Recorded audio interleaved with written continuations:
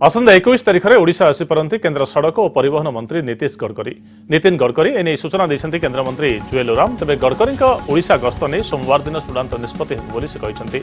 नितिन गडकरी ओडिशा गस्त समय से राउरकेलार ब्राह्मणी सेतु, संबलपुर अनुगुल जातीय राजपथ और 5 नंबर जातीय राजपथ में केतेक स्थान में भित्तिप्रस्तर स्थापन कर कार्यक्रम रही।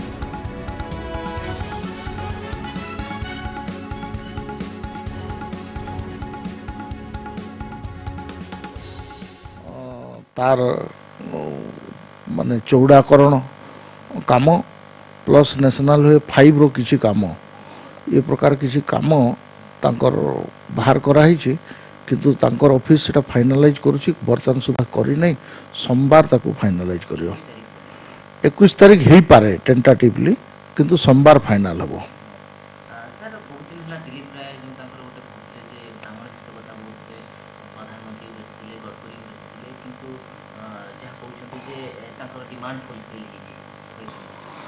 नहीं समस्त डिमांड फुलफिल होती ब्राह्मण सेतुटा ओरिजिनाली जो सेप्रे हेबाकू थिला सेटा बर्तमान 6 लेन हेबाकू जाउची। प्रथमे आपणकर 2 लेन रो थिला तो बर्तमान सेटा कन्वर्ट होकर 6 लेन को जेहेतु हैला सेति पई बोल के डेरी हैला।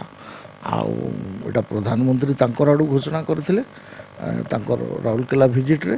तेणु एटा प्रधानमंत्री ऑफिस को धन्यवाद, नितिन गडकरी को धन्यवाद। हाँ हाँ दौले कि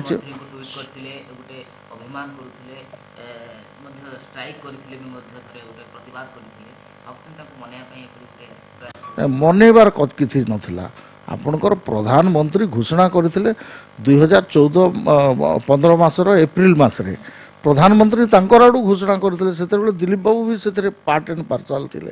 आम जो 2टा प्रोजेक्ट घोषणा करूँ प्रधानमंत्री मुहर से दिलीप बाबू भी गोटे पार्ट एंड पार्सल थे। तेणु दिलीप बाबूर डिमांड पूरण हो कहले कि भूल हेनी है ठीक है।